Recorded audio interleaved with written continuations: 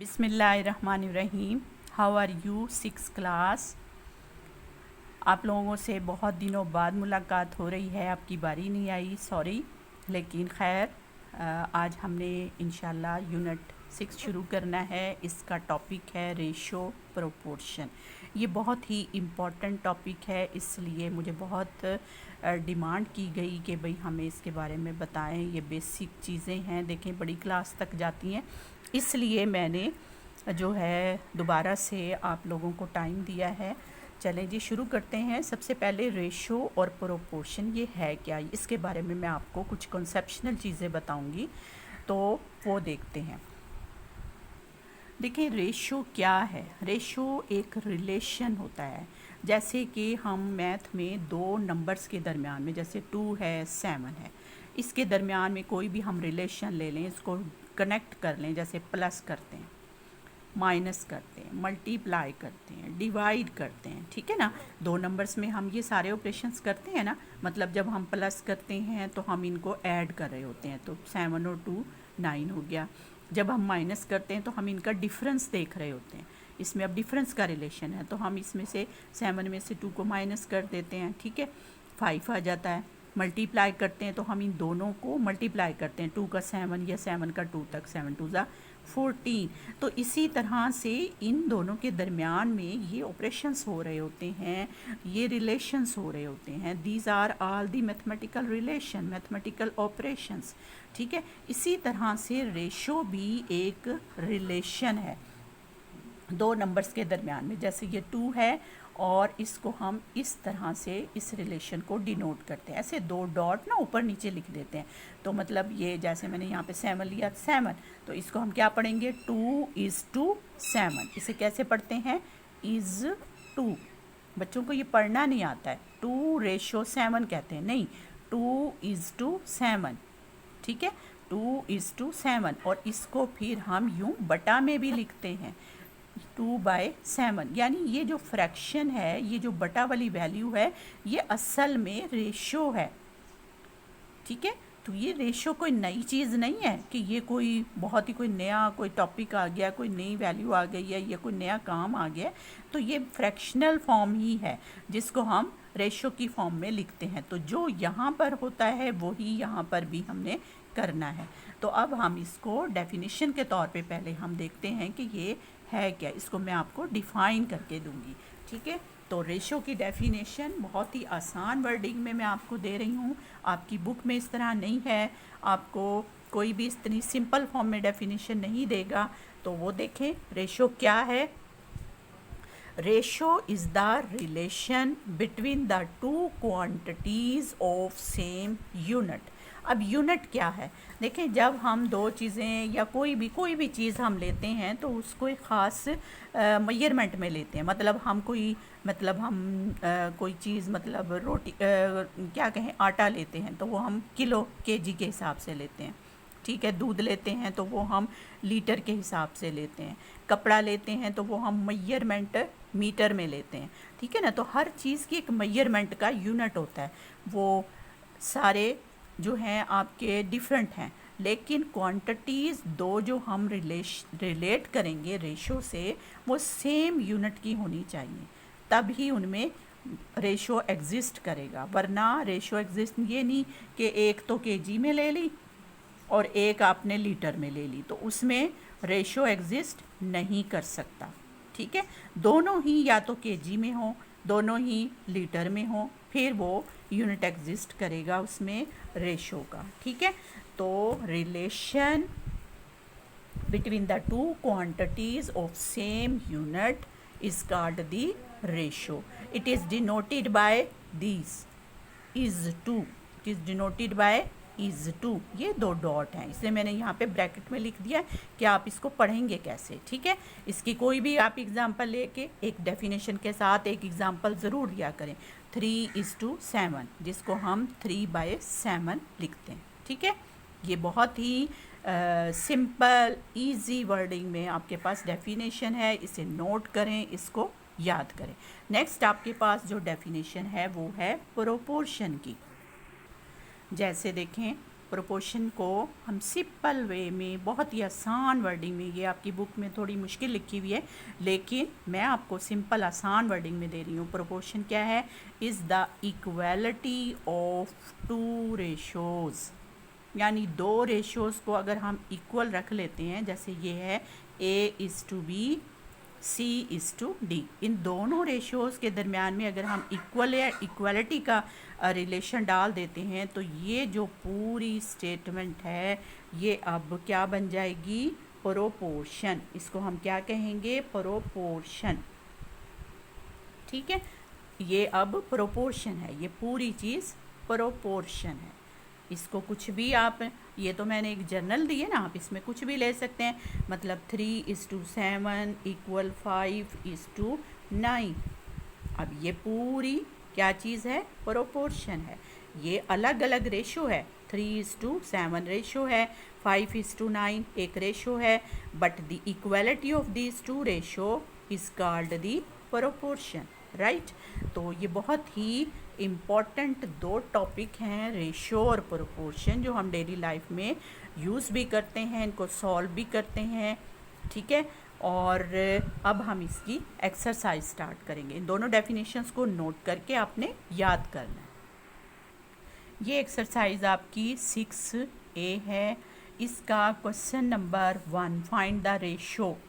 अब इसमें first, second, third part, four part तक देखें कोई यूनिट नहीं लिखा हुआ, सिर्फ उसने कहा इनका रेशो फाइंड करें।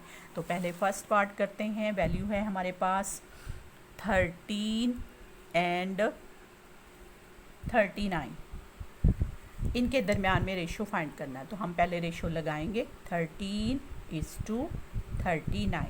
ठीक है, अगर वो यहाँ नहीं रेशो लगाता तो आप पहले रेशो लगाएं, फिर उसको सॉल्व करें। सॉल्व करने के लिए हम पहले इसको बटा में लिखते हैं, 30/39।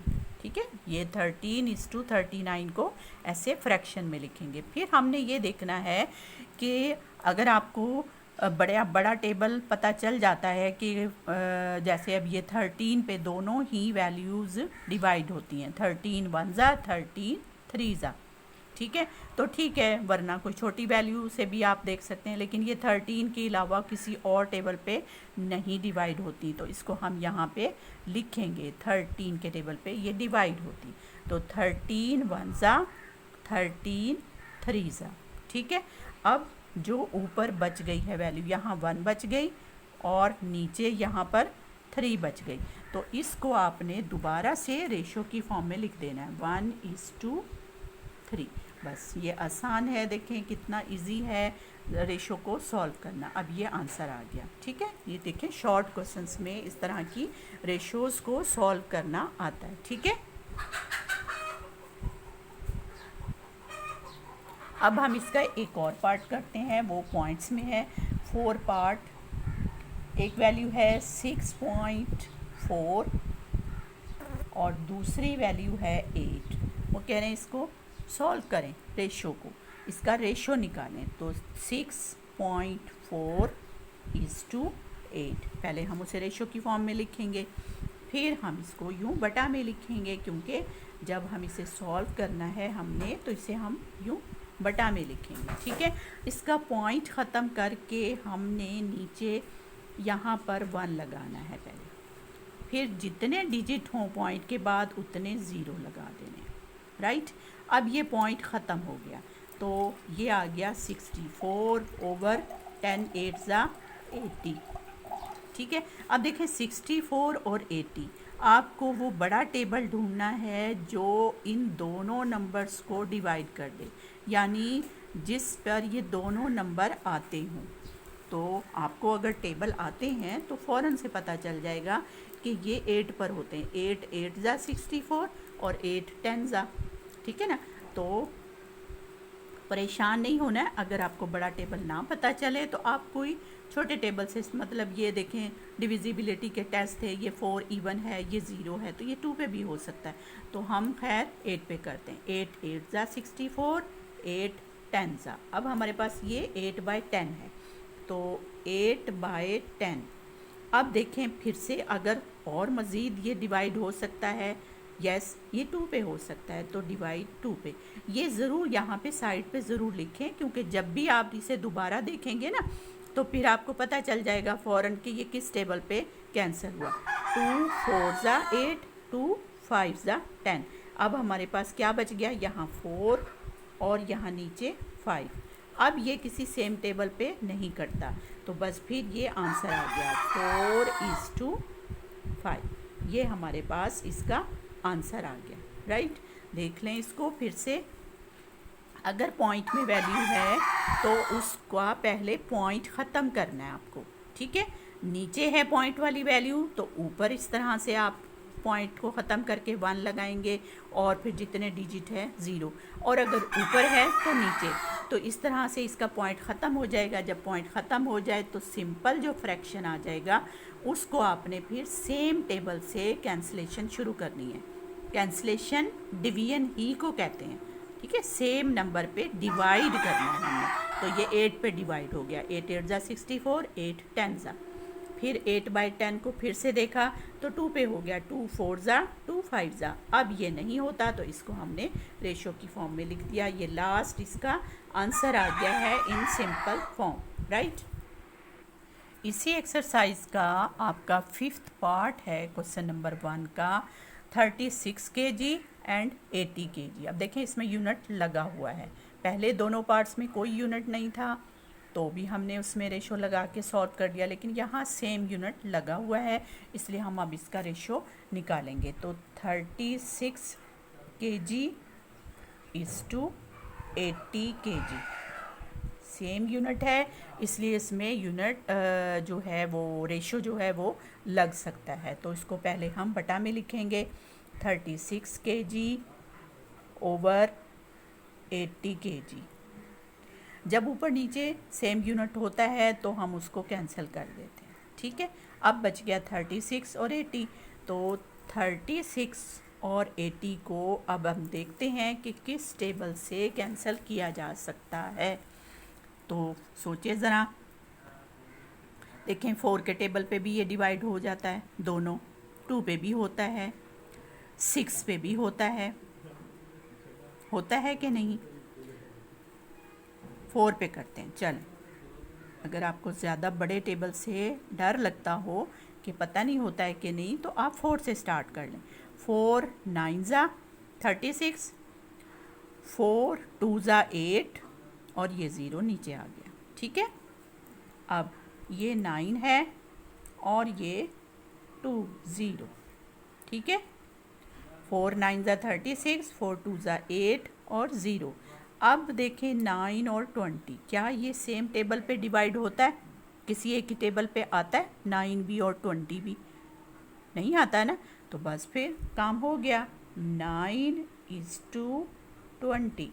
ये हमारे पास आंसर आ गया, क्योंकि एक ही बड़े टेबल पे 4 पे। अगर हम इसको छोटे से करते ना तो ये 4 है ना, तो एक दफ़ा 2 पे होता, फिर दोबारा से 2 पे होता, 2 दफ़ा यानी 2 पे हो जाता, लेकिन हमने डायरेक्ट ही 4 पे कर दिया। अगर आपको ऐसे पता चल जाए तो जल्दी काम हो जाता है, ठीक है। आंसर वही आता, जब हम 2 दफ़ा 2 से करते तब भी यही आंसर आना था।